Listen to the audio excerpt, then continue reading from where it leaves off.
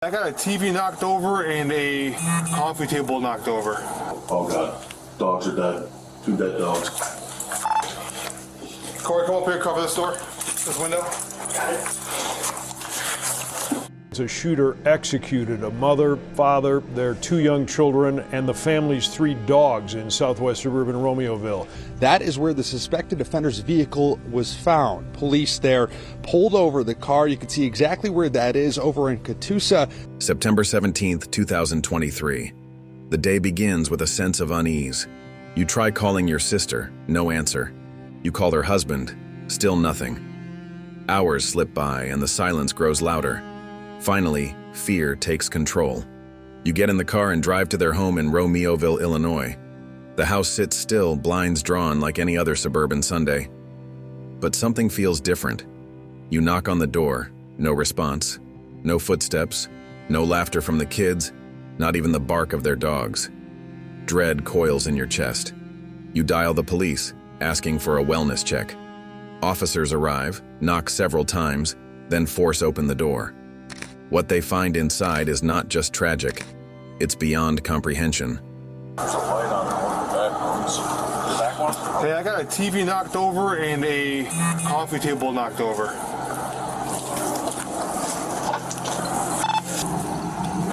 Nothing? Yeah, we'll see. Oh, that's all we're shipping clothes. You can see it through that second. Hold in the back here real quick.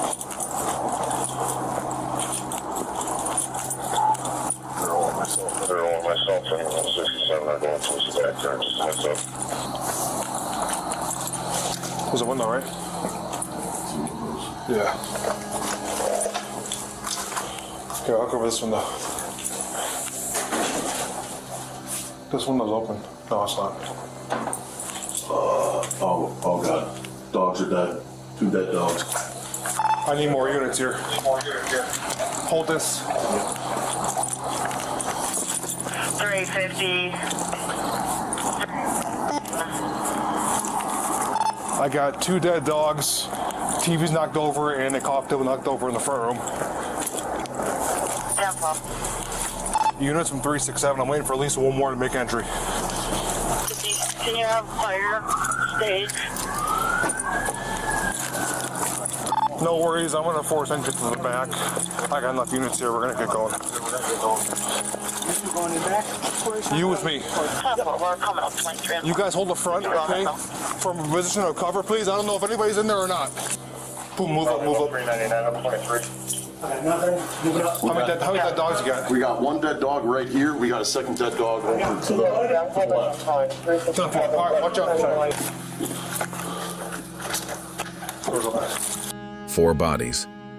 Zoraida Bartolomei, her husband Alberto Rolon, and their 2 young sons, Adriel and Diego. Even the family's 2 dogs had been shot.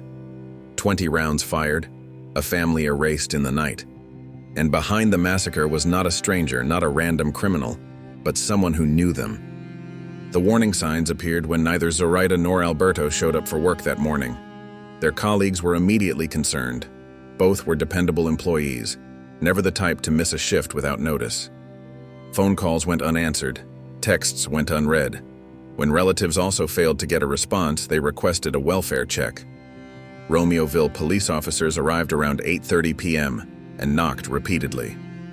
The house remained silent. Forced entry revealed the nightmare inside. 4 lifeless bodies sprawled in different rooms. Zoraida and Alberto had been shot multiple times. Their boys, just 7 and 9 years old, had been gunned down as well. The dogs were executed. Detectives surveyed the scene. At first glance, the cut window screen suggested a burglary, but valuables were untouched. Nothing was stolen. Instead, the staging seemed intentional, an attempt to throw investigators off track. This was no burglary gone wrong. This was personal. The shooter had fired a total of 20 rounds from a 9mm handgun. Whoever carried out the murders had come with a clear plan: leave no one alive. With little usable physical evidence, police turned to technology. Surveillance footage from nearby homes, cell phone records, and digital communications became their focus. The search quickly led to a name: Nathaniel Huey Jr., age 32. Huey wasn't a stranger to the family. He had worked with Zoraida. That connection alone placed him squarely on investigators' radar. When police approached him at work, his behavior was anything but reassuring. He refused to let them search his phone or car, stonewalling their questions. His resistance didn't prove guilt, but it painted him as a man with something to hide. The bosses, and they said, well, we already went through phones, they already got one half of the conversation, and you said you talked to her on your phone, right? Okay, so what we'd like, or what we're asking for, is consent to get the text messages off your phone between you and her, or Snapchat, or whatever it is between you, so we have both sides of it. We're trying to eliminate you as a suspect, but... It's on the computer, right? You can get it on the computer. No, we have to take the phone, we plug it in, we take it out, and then we give your phone back. Oh, I didn't have anything in there. That's even better. I saw you. No, I believe you, but, well, yeah, I mean, just let me see it. But I mean, I believe you, it's just the problem is that This is all I have right there for her. I didn't have anything back.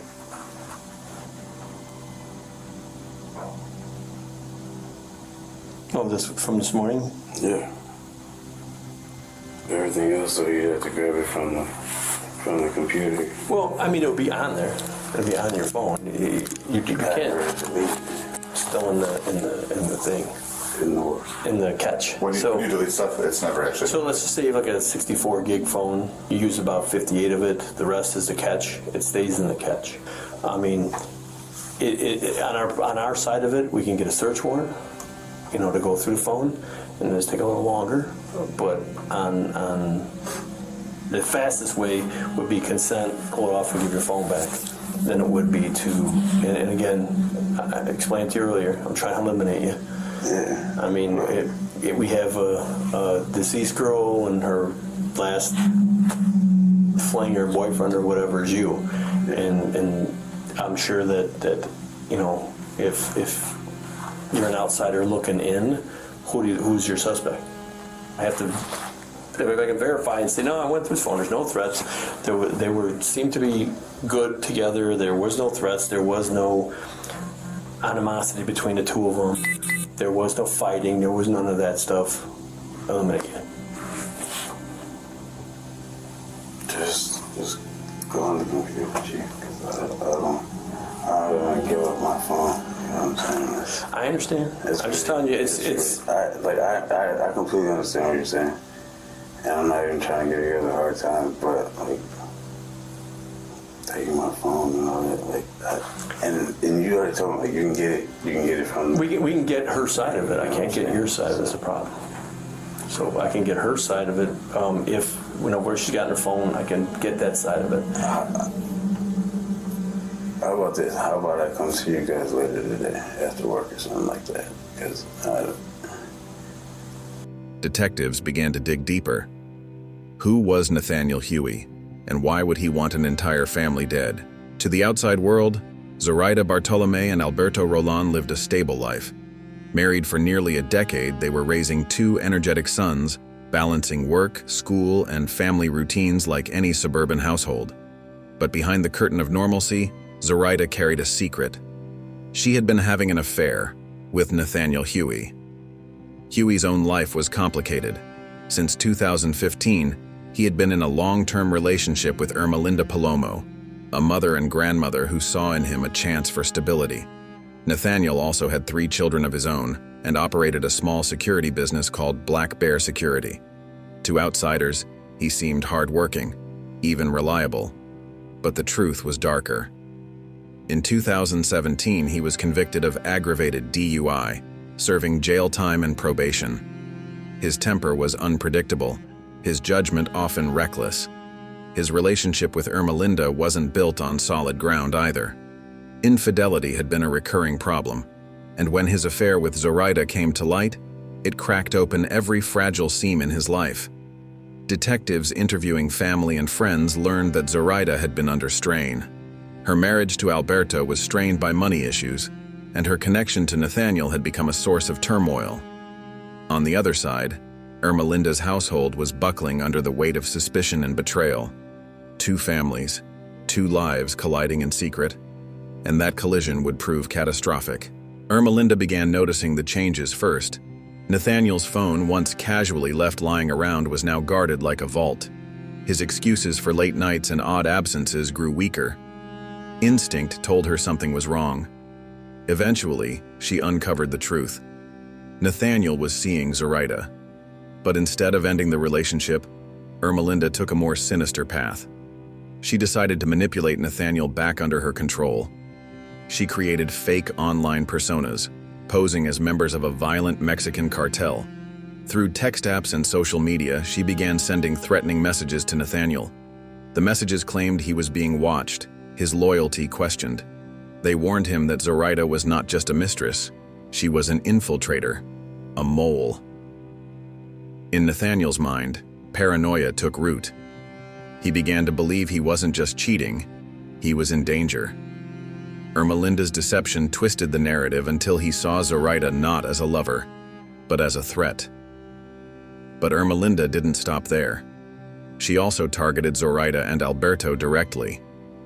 Disturbing messages were sent, including one warning Alberto: "This stupid girl will be the reason you have no children." The threats sowed confusion and fear, destabilizing both households. For Zoraida and Alberto, it was harassment. For Nathaniel, it was psychological warfare. What began as jealousy had mutated into a campaign of manipulation. Ermelinda's lies became the spark that pushed Nathaniel toward the unthinkable. Ermelinda's cartel ruse escalated in mid-September 2023. 2 days before the massacre, she convinced Nathaniel that Zoraida was plotting against him, and that unless he acted, both his life and his family's lives were at risk. Nathaniel, fully ensnared in her web, agreed to carry out a plan. Together they discussed how to stage the crime, how to avoid cameras, how to make it look like a burglary gone wrong, how to leave no witnesses. But Ermelinda insisted it couldn't just be Zoraida. To be safe, Nathaniel would have to kill her entire family, her husband, her children, even their dogs. In the early morning hours of September 16, 2023, Ermelinda drove Nathaniel to the Bartolomei Rolon home. She stayed in the car, the lookout, while Nathaniel approached the house. Finding an unlocked door, he entered quietly. To reinforce the staged burglary, he slashed window screens. Alberto confronted him first. He was shot. Then Zoraida. Then, horrifyingly, their 2 children, Adriel and Diego. 20 rounds in total.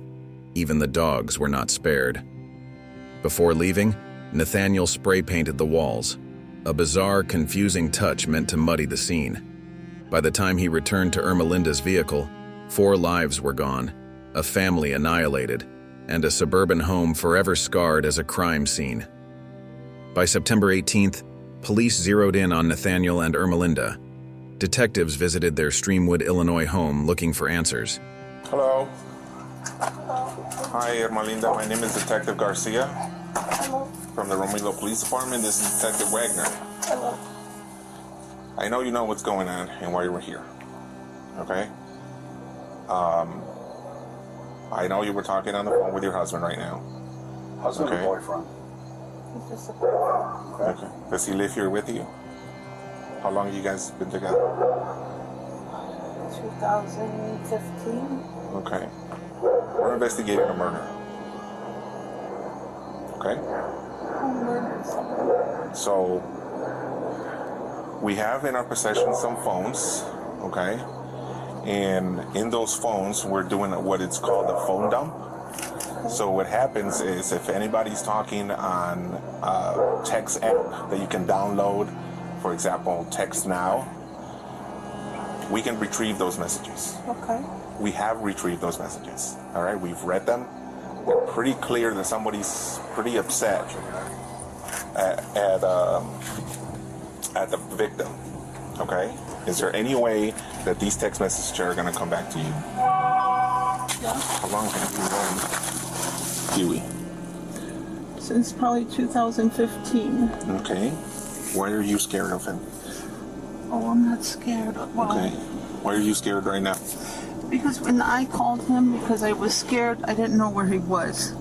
Okay. He said, someone's following me. Okay. So I called and I called. And then I heard him say, why are you following me? Do you want to search the car? And then someone said to him, there are messages from you, and it's because her husband found out you were having an affair. And I didn't know that. You didn't know what? That he was having an affair. Okay. When did you find that out? Right now? Right now. Okay. When's the last time that he had an affair? So I know this is not the first time. No, it's not. Okay. When's the last time you knew he had an affair? When we first started dating. 2015? 2015 to maybe 17. You know what? His son was born and he said, I'm not having any more affairs. I'm not cheating on you. Okay. Stupidly. Okay. Do I know if he stopped? No, I don't know. Okay, so the last time you Well, hold knew? on. Okay. So then I had a party at my house. And I fell asleep, and apparently he said someone kissed him, and that was thought. So I don't know, maybe it was 2019. Okay. And he said, no, she kissed me, and that was it. Come on. Ermelinda greeted them calmly, claiming she had just learned of Nathaniel's affair and portraying herself as a devastated fiancé blindsided by tragedy. But her story didn't add up. Evidence pointed to her direct involvement. 2 days later, on September 20th, both she and Nathaniel fled. They drove nearly 700 miles, ending up in Catoosa, Oklahoma. Their cover didn't last. Surveillance cameras at a Walmart captured them shopping casually, smiling as though nothing had happened. The footage destroyed Palomo's facade of innocence. When officers finally tracked them to a Walmart parking lot, the couple attempted to escape, sparking a high-speed chase. As police closed in, the pursuit turned deadly. Nathaniel allegedly shot Ermelinda inside the vehicle, then lost control. The car crashed and erupted in flames. Nathaniel died at the scene. Ermelinda was critically injured, later succumbing to her wounds at a hospital. Police tell us they received a missing persons report from a woman who is also from Streamwood, and that all led to today's update in the investigation all the way to Oklahoma. That is where the suspected offender's vehicle was found. Police there pulled over the car. You can see exactly where that is over in Catoosa. That's just outside of Tulsa. Now, police say the suspect's name is Nathaniel Huey from Streamwood. This is the scene in Oklahoma today of a suspected vehicle crashing into a median there on an expressway. Police at this time cannot confirm if Huey and the missing woman are the people found inside that car, but we're told the driver of the car tried to drive away as police matched the license plate and conducted a traffic stop with their information. That all led to a vehicle fire and a shooting inside the car as police found the driver dead inside and a woman with a gunshot wound. She's now in critical condition. Police believe they know the connection between the suspect and the family that was killed here in Romeoville. Before his death, Nathaniel reportedly told his mother he had killed the Bartolomei Rolon family in self-defense, believing the cartel threats were real. Whether this was delusion or an excuse, the truth will never fully be known. Their attorney admitted he had no idea what Nathaniel's mother knew, or whether the so-called confession ever truly happened. With both suspects dead, many answers died with them. The Romeoville Massacre left behind a shattered family, a grieving community, and haunting questions. Was Nathaniel Huey a man manipulated beyond reason? A pawn in Ermelinda Palomo's scheme? Or was he fully aware, choosing violence as his own solution? And what drove Ermelinda to orchestrate such a twisted deception? Was it jealousy, obsession, or something darker? The staged burglary, the fake cartel threats, the slaughter of children and even pets, the high-speed chase that ended in flames. All of it paints a picture of a tragedy fueled by lies and paranoia. But with both perpetrators dead, the final truth may never be known. What are your thoughts about this twisted story? Please share your thoughts in the comments below. For more true crime stories like this, be sure to like this video and subscribe to the channel. Your support is greatly appreciated. Stay safe, and I will see you on the next episode.